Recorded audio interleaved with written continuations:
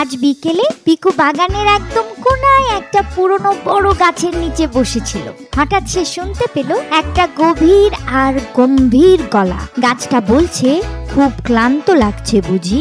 ছোট্ট পিকু তো ভয়ে লাফিয়ে উঠল।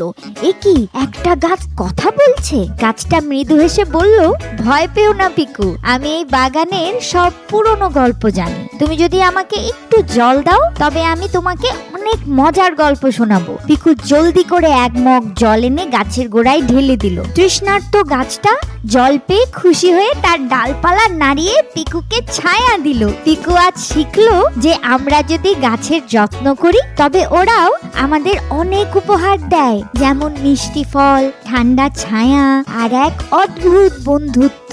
বন্ধুরা, তোমরা কি তোমাদের বাড়ির গাছের সাথে কথা বলো? ওরাও কি তোমাদের কথা বুঝতে পারে? গাছের যত্ন নিলে ওরা আমাদের অনেক অক্সিজেন দেয়। বন্ধুরা, আজই তোমাদের প্রিয় গাছে একটু জল দাও তো। আর আমাদের এমন জাদুকরি সব ভিডিও দেখতে পিকু প্লে এক্ষুনি সাবস্ক্রাইব করো। টাটা।